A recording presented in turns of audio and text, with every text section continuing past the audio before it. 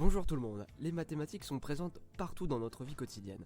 Et pour vous le montrer, je vais prendre un objet on ne peut plus banal, une feuille de papier, et nous allons voir que de belles mathématiques se cachent derrière. Alors c'est une expérience que vous pouvez faire chez vous, vous prenez une feuille de format A4, c'est le format par référence, celui que tout le monde a chez soi. Donc prenez votre feuille, mesurez la longueur, vous trouverez 29,7, et maintenant la largeur, on trouve 21. Notez déjà que ce sont des dimensions bien précises. Si l'on est curieux, on s'amusera à diviser la longueur par la largeur. On trouvera environ 1,4142. Alors selon votre niveau d'étude, ce nombre ne doit pas vous être étranger. Il doit vous faire penser à un nombre bien connu des mathématiques, qui est la racine carrée de 2. En effet, vous le voyez, la racine carrée de 2 commence par 1,4142 et s'ensuit une infinité de décimales. Alors un bref rappel sur la racine carrée de 2 pour ceux qui ne seraient pas très à l'aise avec. Alors la racine carrée de 2, c'est le nombre tel que si je le multiplie par lui-même, autrement dit si je fais racine carrée de 2 fois racine carrée de 2, j'obtiens 2. Vous voyez que quand on a la même racine à gauche et à droite du signe multiplié, on obtient ce qu'il y a sous la racine. Retour à nos feuilles de papier. Alors vous voyez que les dimensions de la feuille de papier A4, elles sont telles que si on fait longueur divisée par largeur, on retrouve environ la racine carrée de 2. Donc ça veut dire que dans notre feuille, la longueur, elle est environ égale à racine carrée de 2 fois la largeur. Alors là, il y a une question qui doit vous envahir, c'est pourquoi ? Pourquoi est-ce qu'on introduit ce nombre bien compliqué qui est la racine carrée de 2 ? Pourquoi est-ce qu'on n'aurait pas tout simplement pris 1,5 ? La longueur, c'est 1,5 fois la largeur.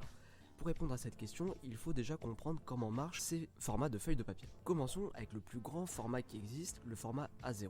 Votre feuille A0, elle a une longueur de 118,9 cm et une largeur de 84,1 cm. Notez déjà que longueur sur largeur nous redonne 1,41. Bon, et bien à partir de ce format A0, comment je passe au format en dessous, le format A1 ? Eh bien c'est simple, je prends ma feuille, je la divise en deux dans le sens de la longueur, et maintenant chacune des moitiés correspond à une feuille A1. Donc vous voyez que dans une feuille A0, on a en fait deux feuilles A1 qui sont collées. Donc maintenant je ne m'intéresse plus qu'à la feuille A1, qui est de longueur 84,1 et de largeur 59,4. Tiens, je refais ma longueur sur ma largeur, je retrouve 1,41. Et maintenant, de ce format A1, comment je passe au format en dessous, c'est-à-dire le format A2, c'est toujours la même histoire. Je divise en deux dans le sens de la longueur, et maintenant, chacune des moitiés de la feuille correspond au format en dessous, le format A2. Et donc, vous voyez que le format A2, encore une fois, la longueur sur la largeur me donne un ratio de 1,41. Donc, vous avez ici toute la liste des formats de feuilles de papier, de A0 jusqu'à A8. On passe du plus petit au plus grand toujours en divisant par 2 dans le sens de la longueur, et on remarque qu'à chaque fois, longueur sur largeur nous donne environ 1,41. Alors qu'est-ce qu'il faut retenir ? Quelles sont les propriétés de ces formats ? Eh bien donc c'est que l'on passe du grand format au plus petit format en divisant le grand format en 2 dans le sens de la longueur, et que tous les formats ont environ le même ratio longueur sur largeur. Donc nous maintenant, ce qui va nous intéresser, c'est de se dire, on veut construire des formats qui ont ces deux propriétés, et on va voir qu'est-ce que ça implique sur les dimensions de ces feuilles. Donc, comme tout bon mathématicien, on va commencer par généraliser. On prend une feuille qu'on appelle feuille 1. Elle est de longueur B et de largeur A. On a vu que les ratios longueur sur largeur vont bien nous intéresser.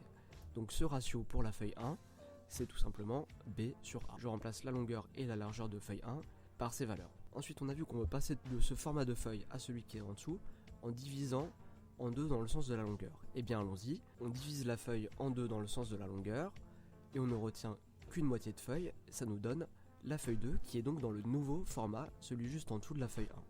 Cette feuille 2, elle a une longueur de A et une largeur de B sur 2. Donc si je m'intéresse au ratio de la feuille 2, à son ratio longueur sur largeur, je trouverai A sur B sur 2. Donc là, la première propriété, elle est respectée. On a bien construit le petit format en partant du grand format que l'on a divisé en 2 dans le sens de la longueur. Maintenant, la deuxième propriété que l'on veut, c'est l'égalité entre les deux ratios. Donc pour ce faire, on va forcer cette égalité, on va dire on veut que le ratio feuille 1 soit égal au ratio feuille 2. Donc ça nous donne l'égalité suivante, B sur A égale A sur B sur 2. Je fais un produit en croix, ce qui me donne B carré égale 2 fois A au carré. Ensuite je mets les termes au carré ensemble, je fais ma petite cuisine, et ensuite j'applique la racine carrée qui va m'effacer le carré de la fraction. Au final, vous voyez que j'ai B sur A égale racine carrée de 2. Ce qui veut dire B c'est égal à racine carrée de 2 fois A. Et B et A, on a vu qu'est-ce que c'est, eh bien ce sont les dimensions de la feuille.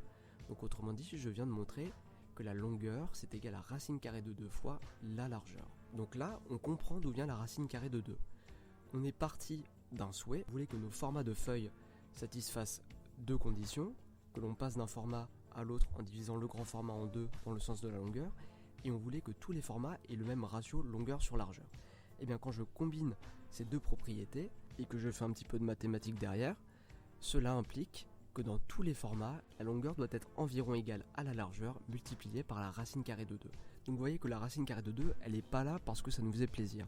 C'est une conséquence directe des propriétés que l'on voulait pour nos formats de feuilles.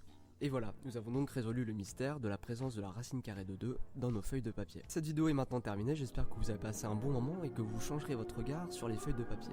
Vous avez été très nombreux depuis la dernière vidéo à rejoindre la chaîne, ça fait vraiment plaisir. Pour ceux qui ne seraient pas encore abonnés, je vous invite vraiment à cliquer sur le petit bouton. Vous pouvez aussi nous rejoindre sur la page Facebook et je vous dis à très bientôt.